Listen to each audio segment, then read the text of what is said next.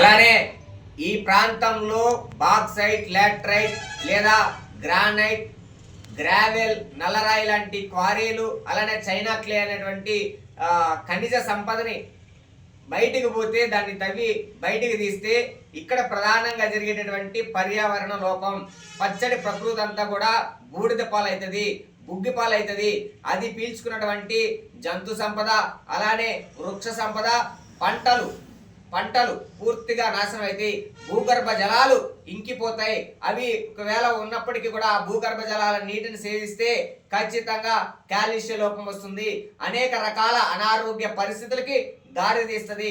అలానే వీళ్ళు ఈ తవ్వకాల్లో జరిగేటటువంటి వచ్చేటటువంటి పొల్యూషన్, ఎయిర్ పొల్యూషన్ కూడా అది పీల్చుకోవడం వల్ల కూడా శ్వాసకోశ ఇబ్బందులు, గుండెకి సంబంధించినటువంటి ఇబ్బందులు, ఊపిరితిత్తుల మీద దాని ప్రభావం, అదేవిధంగా గర్భిణీ స్త్రీలు తమ గర్భాలను కోల్పోయేటటువంటి ప్రమాదం, ఒకవేళ పుట్టినటువంటి బిడ్డలకు కూడా అంగవైకల్యం వచ్చేటటువంటి ప్రమాదం. ఇలా ఎటు చూసుకున్న మైనింగ్ వల్ల ఈ ప్రాంతానికి నష్టం తప్ప ఈ ప్రాంతానికి ఉపయోగపడేటటువంటి ప్రయోజనం జరిగేటటువంటి పరిస్థితి 1% కూడా లేదు. కేవలం ఇక్కడున్న నిధి నిక్షేపాలని తవ్వుకుపోవడానికి కోట్లాది రూపాయలు గిరిజనేతరులు తమ లాభాలు ఆర్జించడానికి కొంతమంది గిరిజన బిడ్డలని పావులుగా వాడుకుంటా ఉన్నారు. వాళ్ళని తెర మీద చూపించి వాళ్ళకేదో లబ్ధి చేకూర్చి, కొంతపాటి లబ్ధి చూపించి అపారమైన ఖనిజ సంపదని ఈ ప్రాంతాన్ని నుంచి తీసుకుపోతా ఉన్నారు. మన ఆంధ్ర కంపెనీ వాళ్ళు ఏమన్నారు, బాక్సైట్ వల్ల హైకోర్టు వేశారు. హైకోర్టులో వేస్తే హైకోర్టు తిరస్కరించింది. ప్రజలు పెద్ద ఎత్తున ఉద్యమాలు చేస్తా ఉన్నారు. హైకోర్టు తిరస్కరిస్తే మళ్ళీ సుప్రీంకోర్టు పోయారు. సుప్రీంకోర్టు కూడా దాన్ని తిరస్కరించింది.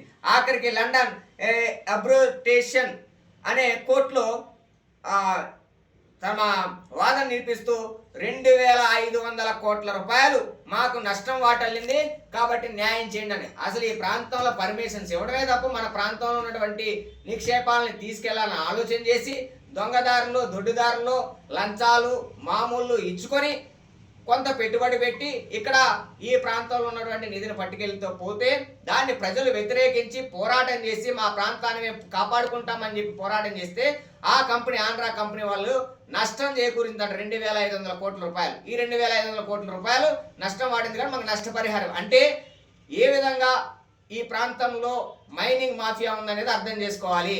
మన ప్రాంతంలో ఉన్నటువంటి నిక్షేపాలను మనం కాపాడుకోవాల్సిన బాధ్యత ప్రతి ఒక్కరిది. కాబట్టి ఆదివాసీ బిడ్డలారా, కొంతమంది నాయకులు చేసే ప్రలోభాలకి మనం లోను కావద్దు. మన పర్యావరణాన్ని, మన ఆరోగ్యాన్ని, మన వృక్ష సంపదని, మన జంతు సంపదని, మన పచ్చని పంట పొలాలని కాపాడుకోవాల్సిన బాధ్యత మనందరి మీద ఉంది. కాబట్టి మళ్ళీ బాక్సైడ్ జోలికి వస్తే అందరం, ప్రతి ఇంట్లో ప్రతి బిడ్డ కూడా పోరాట పిడికిలెత్తి ముందుకు సాగే విధంగా మనం కలిసి ముందుకు పోదామని ఈ సందర్భంగా తెలియజేస్తా ఉన్నాం.